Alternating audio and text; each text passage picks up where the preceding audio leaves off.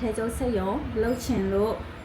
လာတဲ့သူတွေအများဆုံးဖြစ်ပါမယ်73လေးလုံးကနေစချင်တဲ့သူရှိတယ်လို့မျိုး50လုံးနဲ့စချင်တဲ့သူတွေလည်းရှိပါလိမ့်မယ်ဆက်ရောက်အကြီးကြီးကိုစချင်တဲ့သူတွေတော့ရှိမှာမဟုတ်ဘူးပေါ့နော်ဘာကြောင့်လဲဆိုတော့ဒီအတန်းလေးဖွင့်တဲ့စာမာကလေးရပေါ့နော်73လေးလုံးနဲ့စချင်တဲ့သူတွေစနေပြီးသားသူတွေရဲ့အခက်ခဲလေးတွေကဘယ်လိုမျိုးရှိလဲဆိုတဲ့အရာလေးတွေကိုဖြည့်ရှင်းပေးမယ်အတန်းလေးဆိုပြီးတော့မှကြေညာထားတာဖြစ်တဲ့အတွက်ကြောင့်မလို့ပေါ့နော်အဲ့တော့ကိုပိုင်လုပ်ငန်းလုပ်ချင်တဲ့သူတွေပဲဒီအတန်းထဲကိုရောက်လာတယ်အထည်ချုပ်ဆက်ရုံကိုသွားပြီးတော့မှဝန်ထမ်းတယောက်အနေနဲ့သွားပြီးလုပ်ချင်တဲ့သူတွေကဒီအတန်းထဲကိုရောက်လာမှာမဟုတ်ဘူးစိတ်ဝင်စားမှလည်းမဟုတ်ဘူးကိုပိုင်လုပ်ငန်းလုပ်ချင်လို့ဒီအထည်ချုပ်ဆက်ရုံကိုဦးစီးချင်လို့ကိုတိုင်းထုတ်ချင်တာတော့၎င်းတခြားသူတွေရဲ့အထည်ကြီးရှုပ်ချင်တာတော့၎င်းကိုပိုင်လုပ်ငန်းတစ်ခုဖြစ်သွားပြီပေါ့နော်လုပ်ငန်းရှင်ဖြစ်သွားပြီလုပ်ငန်းရှင်တရားလုပ်မယ်ဆိုလို့ရှိရင်တော့ကိုယ့်ရဲ့စိတ်ကိုအရင်ဆုံးပြင်ဆင်ထားဖို့လိုအပ်ပါတယ်။ဘာကြောင့်လဲဆိုတော့အခုဆိုလို့ရှိရင်နိုင်ငံရေးတွေကလည်းတခြားငွေကြေးဖောင်းပွားမှုတွေကလည်းတခြားမြန်မာနိုင်ငံမှာအလုပ်လုပ်ရတာလမ်းပန်းဆက်သွယ်ရေးတွေပိတ်တာတွေရောတခြားပြီးလို့ရှိရင်သူ့ရဲ့ဒီငွေကြေးတွေကမငြိမ်တဲ့အခါမှာလောက်ရကန်ရတာခက်တာတခြားနောက်ပြီးတော့နောက်တစ်ချက်ကလူဦးဒီဝန်ထမ်းပြဿနာတွေပေါ့နော်အဲ့လိုမျိုးတွေဖြစ်တာများတဲ့အခါမှာကိုယ့်ရဲ့စိတ်ကပေါ့နော်မငြိမ်ဘူးမှစိတ်တက်အရန်ကြတဲ့အခါများမယ်တနာလည်းဖြစ်ပါတယ်ဒီတရားလူတွေလည်းဖြစ်မှာသိကြတယ်အဲ့တော့အရင်ဆုံးစိတ်ကိုတည်ငြိမ်အောင်ထားဖို့လိုအပ်တယ်ပြီးရှင်နောက်တစ်ခုကကိုယ့်ရဲ့စိတ်ကိုအမြဲတမ်းမျက်စိဖွင့်စွန့်နေဖို့လိုအပ်တယ်ပေါ့နော်တင်တဲ့အခါမှာနားထောင်တဲ့အခါမှာကိုယ့်အတွက်အကျိုးတစုံတရာရတယ်ဆိုရင်တောင်မှဒီအတန်းလေးကိုလာ join ရတာအချိန်ပေးရတာအရန်တန်တယ်ဆိုတာကိုကိုသိဖို့လိုအပ်တယ်တင်တန်းနေတက်တဲ့အခါပထမတစ်ရက်တီးပြီးသားပြောမယ်ဒုတိယတစ်ရက်ကိုသိနေတယ်နောက်တစ်ရက်မှတီးပြီးသားတဲ့မှာကိုတတိမထားမိတဲ့အရာလေးကတကယ်ကိုမှအခွင့်အလမ်းတစ်ခုပါလားဆိုတဲ့အရာလေးကိုကဒီတစ်ချက်လေးသိတယ်ဆိုရင်တော့မှဒီအတန်းထဲမှာအချိန်လာပေးရတာအရန်ကိုတန်တယ်ဆိုတာကိုသိဖို့လိုအပ်တယ်။ဒါကြောင့်တင်တဲ့အခါမှာနားထောင်တဲ့အခါမှာပေါ့နော်တေချာလေးနားထောင်ဖို့လိုအပ်တယ်။ပြီးရင်နားထောင်ရုံနဲ့မရဘူးတကယ်လက်တွေ့မှာဖြည့်ရှင်းတတ်ဖို့လည်းလိုအပ်တယ်။အသုံးချဖို့လည်းလိုအပ်တယ်။အသုံးချမှသာလက်တွေ့မှာအသုံးချမှသာတကယ်တင်တန်းတက်ရတာတန်မယ်ပေါ့နော်မဟုတ်ရင်အချိန်ကုန်တာပဲအဖက်တင်ပါလိမ့်မယ်ဒါလေးကပထမဦးဆုံးတစ်ချက်ပေါ့နော်နောက်တစ်ချက်ကကိုယ်ပိုင်လုပ်ငန်းလုပ်မယ်ဆိုလို့ရှိရင်တော့အဓိက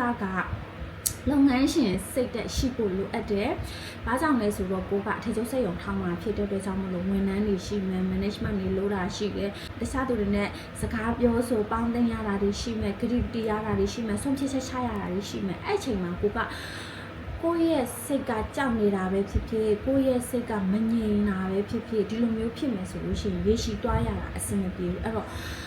စိတ်ကိုအေးလေးထားနိုင်ဖို့လိုအပ်တယ်ဒါကစူးစမ်းပြီးတော့မှပြောင်းရမှာဖြစ်ပါတယ်စိတ်ပူနေတဲ့အချိန်မှာအလုပ်လုပ်တဲ့အချိန်နဲ့စိတ်အေးလေးနဲ့စဉ်းစားတဲ့အချိန်ဆုံးဖြတ်တဲ့အချိန်မှာရလက်ချင်းမတူဘူးပေါ့နော်အဲ့တော့ကိုယ့်ရဲ့စိတ်ကိုတခြားလေးစိတ်အေးထားမယ်ဒါကလည်းတစ်ချက်ပေါ့နော်နောက်တစ်ချက်ကကိုကကြောက်တဲ့စိတ်တစ်ခုဆိုလို့ရှိရင်အရန်ကိုကြောက်တယ်ပေါ့နော်ဥပမာအထည်ချုပ်လုပ်တဲ့အခါမှာပေါ့နော်အထည်ယူရှင်နေအထည်အိမ်ပေးချုပ်လားဒါမှမဟုတ်ငါလုံးနိုင်မှာမဟုတ်ပါဘူးသူကတော့ပေးချုပ်မှာမဟုတ်ပါဘူးဆိုတော့ကိုတွေးတဲ့အတွေးတွေကိုရှော့ပြီးတော့မှအရင်ဆုံးငါလုံးနိုင်တယ်ဆိုတဲ့အရာကိုတွေးရမယ်နောက်ပြီးတော့ကိုလေးစားတတ်ဖို့လိုပါတယ်စိတ်ကိုတည်ငြိမ်အောင်ဘယ်လိုမျိုးထားရမှာလဲဆိုလို့ရှိရင်တည်ငြိမ်အောင်မထားတဲ့တူတွေအတွက်ဒါမေးခွန်းလေးတချို့မေးပါမယ်အဲ့ဒါလေးတွေကိုဖြေပြီးတော့မှကိုပြန်ပြီးတော့မှရှုံချင်လို့ရှိအောင်လုပ်ဖို့လိုပါတယ်ပထမဦးဆုံးကိုကအခုဒီတန်းနဲ့ကိုရှောက်လာရခြင်းရည်ရွယ်ချက်တွေတယောက်စီမှာရှိတယ်ပေါ့နော်တချို့ဆိုရှင်အထည်ချုပ်စက်ရုံထောင်းခြင်းနဲ့တချို့ဆိုရင်အထည်ချုပ်စက်ရုံမှာစီကိုပိုင်တစ်နိုင်ကနေစမယ်တချို့ဆိုလို့ရှိရင်50ရောက်ကနေပြီးမှစပြီးထောင်းခြင်းနဲ့တချို့ဆိုလို့ရှိရင် local brand ထုတ်ခြင်းနဲ့ကိုတိုင်းတော့စက်ရုံမလုပ်ရှင်ဘူးတများသူကိုအပ်ခြင်းတဲ့သူတွေရှိမယ်တချို့ကြလည်း local brand မှာကိုယ့်ရဲ့ brand ကိုကိုတိုင်းချုပ်ပြီးကိုတိုင်းရှောင်းမယ်ကိုတိုင်း brand ကိုဖောက်မယ်ဆိုတဲ့လူတွေလည်းပါမယ်ပေါ့နော်အများကြီးရှိတယ်အဲ့တော့ ကိုယ့်ရဲ့ရွယ်ချက်မှာဘာကြောင့်ဒီလိုမျိုးလှုပ်ချင်တာလဲဆိုတဲ့အဖြေလေးကိုဖြစ်ပေးဖို့လိုတယ်။ဘာကြောင့် local brand ထုတ်ချင်တာလဲ။ဘာကြောင့်အထည်ချုပ်စက်ရုံထောင်ချင်တာလဲ။ဘာကြောင့်သူများအထည်ကိုယူချုပ်ချင်တာလဲဆိုတဲ့အဖြေလေးကိုဖြေပါစာရွက်တွေရဲ့ပုံမှာချပြီးတော့မှလည်းရေးလို့ရတယ်ပေါ့နော်။အဲ့ဒီအချိန်မှာမရေးတတ်ဘူးဘာကြောင့်မှလည်းမသိဘူးဘာလို့ရမှလည်းမသိဘူးဆိုတဲ့သူတွေကလည်းအကုန်လုံးစိတ်ကြိုက်ရေးပြီးတော့မှကိုယ်အလုပ်ချင်ဆုံးနံပါတ်1နံပါတ်2နံပါတ်3နံပါတ်4နံပါတ်5စသဖြင့်ဒီလိုမျိုးရွေးထုတ်လိုက်အဲ့ဒါဆိုလို့ရှိရင်ပထမနံပါတ်1ဆိုရင်အကြိုက်ဆုံးအရာနံပါတ်2ဆိုရင်ဒုတိယအရာနံပါတ်3ဆိုရင်တတိယအရာဒီလိုမျိုးတွေထွက်လာတဲ့အခါမှာစာရွက်ပုံမှာချရေးချက်အရန်ကိုရှင်းလင်းနဲ့ကိုရမြင်သွားမယ်အတွေးတွေမှာဆိုလို့ရှိရင်အရန်ကိုဝါးတယ်ပေါ့နော်အဲ့တော့ပထမအဦးဆုံးမိကွန်းတစ်ခုအနေနဲ့ဘာကြောင့်ဒီအလုပ်လုပ်ချင်တာလဲဥပမာအထည်ချုပ်စက်ရုံထောင်မယ်ဆိုရင်ဘာကြောင့်အထည်ချုပ်စက်ရုံထောင်ချင်တာလဲဥပမာကိုကအထည်ချုပ်စက်ရုံဖြစ်တဲ့အတွက်ကြောင့်မို့လို့ကိုနောက်ပိုင်းမှာဆိုလို့ရှိရင်စက်ရုံတိတ်တိတ်လေးကနေအကြီးကြီးလုပ်ပြီးတော့မှကိုကဥဆောင်မယ်ပေါ့နော်လုပ်ငန်းရှင်တယောက်အနေနဲ့နေပြီးတော့မှဝန်ထမ်းအနေနဲ့ကိုကထားမယ်ရေရှိအတွက်အရန်ကိုအဆင်ပြေတယ်ဆိုတဲ့လူရှိချင်းရှိမယ်တချို့ brand ထုတ်ချင်တာဆိုလို့ရှိရင်လည်းဒီ brand ကိုစထောင်တဲ့အခါကြာလို့ရှိရင်ကိုဒီနောက်ပိုင်းမှာဆိုလို့ရှိရင်ကိုယ့်ရဲ့နောက်ဆုံးရည်ရွယ်ချက်ကိုမြည်ရပါတော့နောက်ပိုင်းမှာကိုမပါဘဲနဲ့လေပတ်တဲ့လုပ်ငန်းတစ်ခုအဖြစ်ကိုတွားချင်တာလားအဲ့လိုမျိုးရှိမယ်ပေါ့နော်ပြီးရင်တချို့ကြတော့ဒီရိုး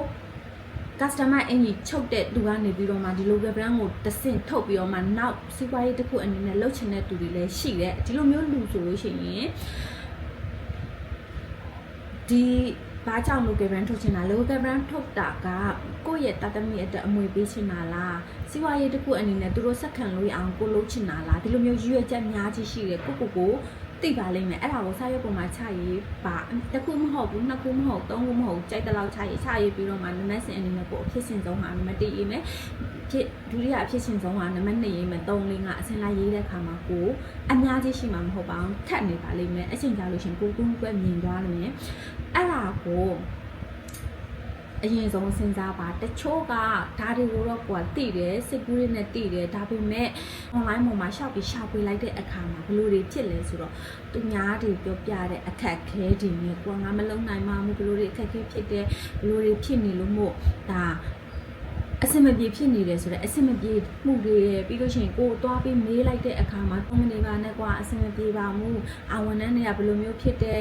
ရှာရတာခက်တယ်အထည်တွေကကြတော့ချုပ်ရတာဈေးနှိမ်နေချုပ်ရတာအဆင်မပြေဘူးဒီလိုမျိုးတွေရှိမယ်တချို့ကြလုံးနိုင်ဆလို့ဒီလိုမျိုးပြဿနာတွေဖြစ်တဲ့အခါမှာမဖြေရှင်းတတ်တဲ့သူတွေရှိမှာပေါ့နော်အဲ့ဒါကဘာကြောင့်လဲဆိုတော့ကိုသွားခြင်းနဲ့အရာကိုတိကျကျမစင်စားခဲ့လို့ပေါ့နော်စဉ်းစားခဲ့လို့ရှိရင်လည်းမေ့သွားတယ်ဖြစ်ဖြစ်မယ်အဲ့တော့ကိုဘာကြောင့်လုပ်ချင်တာလဲဆိုတာသိရမယ်အဲ့ဒါပြီးပြီဆိုလို့ရှိရင်ဒီအရာလုပ်ချင်တာကိုမှန်တယ်ဆိုလို့ရှိရင်တနေ့နေ့ချလို့ရှိရင်ကိုယ့်ရဲ့နေ့ဆိုတာဖြစ်လာမယ်ငါအောင်မြင်တဲ့သူတယောက်ဖြစ်လာမယ်ဒါပေမဲ့ဂျားတဲ့အခက်အခဲတွေကိုလည်းငါပြီးရှင်းသွားနိုင်တဲ့လူဖြစ်တယ်ဆိုတာကိုကိုယုံကြည်မှုရှိဖို့လိုအပ်တယ်ကိုလုံးဝအပြစ်မပြောပါနဲ့ကိုအပြစ်တင်နေနေဟာအလုပ်တရားဘလို့မှအဆင်မပြေဘူးပေါ့နော်အရင်တချို့လုံးနေလက်စတွေရှိတယ်ကိုမားလို့မို့ကိုမြန်လှုပ်လိုက်လို့မို့ငွေကြေးဆုံးဖြတ်ရတယ်လည်းရှိတယ်နားလည်းရှိခဲ့တာပဲအဲ့တော့ကိုရှိတဲ့အခါမှာကိုလုံးဝအပြစ်မနဲ့ဒီတည်းကနေငါတင်ငန်းစာဘာရမှာလဲဘာကြောင့်မို့လို့ငါရှုံးခဲ့တာလဲအဲ့လိုမျိုးတင်ငန်းစာတွေကိုဆွဲထုတ်ပြီးပြင်လိုက်လို့ရှင်ပို့ပြီးအဆင်ပြေတယ်အဲ့တော့ပထမအဆုံးအနေနဲ့ရွေချက်ချရေးမယ်ရွေချက်ချရေးပြီးတဲ့အခါမှာကိုစိတ်ကိုတင်းမြအောင်ထားပြီးတော့မှမှန်ထဲမှာကိုအမြဲတမ်းအားပေးလို့လည်းရတယ်အခုဆိုရင်အရင်ခစ်စားနေကြတယ် manifestation လုပ်တာတွေတချို့ဆိုလို့ရှိရင်လည်းရှိနေတယ်ပေါ့နော်အဲ့တော့ပတ်ဝန်းကျင်ကအဖြစ်ကအရန်ဒီချိန်မှာဆိုရင်ပို့ပြီးတော့စိုးတယ်အရန်ပြောတဲ့အချိန်မှာကိုကလိုက်ပြီးတော့မှအဖြစ်ပြောနေမယ်ဆိုရင်ကိုရဲ့လုပ်ငန်းကလုပ်ဖို့နေရာရှိမှာမဟုတ်ဘူးအဲ့တော့ကိုလုံမယ်လို့ဆုံးဖြတ်ချက်ခိုင်းမှထားတဲ့သူတွေကအားကြောင့်ဘာကြောင့်လုပ်ချင်တာလဲဆိုတော့အဖြစ်ရတဲ့သူဆိုလို့ရှိရင်ငါလုံးမှသိကြတယ်ဆိုတဲ့သူစဉ်ငါလုံးနိုင်တယ်ပြဿနာဖြစ်လာရင်ငါဖြေရှင်းနိုင်တယ်ငါတော်တဲ့သူတယောက်ငါဒီကောင်းတင်ယူနိုင်တဲ့သူတယောက်ငါကလက်တွေ့လုံးနိုင်တဲ့သူတယောက်ဆိုတာကိုကအမြဲတမ်းကို